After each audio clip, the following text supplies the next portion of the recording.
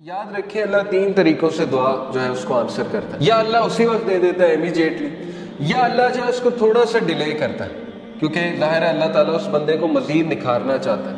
اللہ چاہتا ہے یہ میرے پاس آتا رہے، مجھ سے مانگتا رہے. یا اللہ اس کو اس کا رد بدل ایسا دے دیتا ہے کہ اس کو سکون آ جاتا ہے. اللہ تعالیٰ سے جب مانگنا ہے تو تگڑا بن کے مانگنا ہے، اتنا توکل، اتنا بلیف ہونا چاہیے.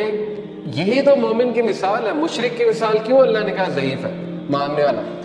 کیونکہ اس کے ہارٹ میں ڈاؤٹس ہیں، اس کو مانگنا ہی نہیں آ رہا، اس کو پتہ ہی نہیں ہے میں نے مانگنا کیسے. لیکن بلیور کے ہارٹ پہ اللہ تعالیٰ نے یقین طاری کیا ہوا ہے کہ وہ مانگنے والا بھی بہت اسٹرانگ ہے، اور جس سے مانگا جا رہا ہے وہ تو پھر اللہ ہے. اللہ سے جب مانگتے ہیں تو پھر 100% ہوپ کے ساتھ مانگتے ہیں. یہ دعا کے آداب میں شامل ہے. اللہ کے نبی صلی اللہ علیہ وسلم نے فرمائے تمہاری دعا تب تک قبول ہوتی رہے گی جب تک تم یقین سے مانگو. جیسے اس میں تھوڑا سا ڈاؤٹ آ گیا، جیسے اس میں یہ بات آ گئی کہ پتہ نہیں اللہ کرے گا نہیں کرے گا، تو وہ دعا پھر فالٹی دعا ہے، اس میں پھر کمی ہے. اس دعا میں اس میں پھر بہت زیادہ یقین آنے کی ضرورت ہے. تو اس لیے ان چیزوں پہ ورک کرنا چاہیے. دیکھیں ویلیو ایڈڈ چیزیں یہی ہے کہ اپنا یقین بڑھاؤ، اپنا توکل بڑھاؤ. یہ ہمارے کلچر میں ایک بات بڑی ہے نا کہ واسطہ دیتے ہو، کسی ولی کا واسطہ دیتے ہیں. اللہ کو نمبر 1 اپنے نیک اعمال کا واسطہ دے سکتے ہیں. جیسے وہ واقعہ ہے کہ 3 لوگ غار میں تھے، پتھر سامنے آ گیا، سٹک ہو گئے، نکلنے کا چانس ہی کوئی نہیں. اللہ نے پتھر ہٹا دیا. ایک نے کہا اللہ میرے ماں باپ سو گئے تھے، میں دودھ کا گلاس لے کے کھڑا رہا تجھے راضی کرنے کے لیے کہ اٹھیں گے تو میں پلا دوں گا، تو میں ساری رات کھڑا رہا. اگر تجھے یہ عمل پسند آیا تو اس کو پیچھے ہٹا دے. اللہ نے پیچھے ہٹا دیا تھوڑا سا. دوسرے نے کہا اللہ مجھے دعوت گناہ، میں گناہ کرنا چاہتا تھا، لیکن اس عورت نے جب میں انٹر ہونے لگا تو اس نے کہا اتق اللہ، اللہ سے ڈر جا. تو اس نے کہا میں ڈر گیا اللہ. اب اللہ کو یہ عمل کتنا پسند آئے.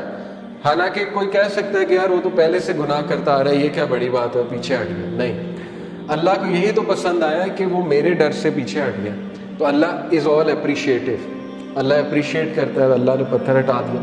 تیسرے نے کہا اللہ میں نے جو ہے وہ کسی نے میرے پاس بکریاں رکھوائی تھی، بکریوں کے بچے ہو گئے تو اس سے میں نے کچھ پروفٹ کما لیا. جب وہ واپس آیا میں نے اسے بکریاں بھی دی اور وہ پروفٹ بھی دیا. یعنی اس لیول کی آنیسٹی. تو اللہ اگر تجھے یہ پسند آیا، تیرے لیے کیا تھا اور تجھے راضی کرنے کے لیے، تو پتھر مکمل ہٹ گیا.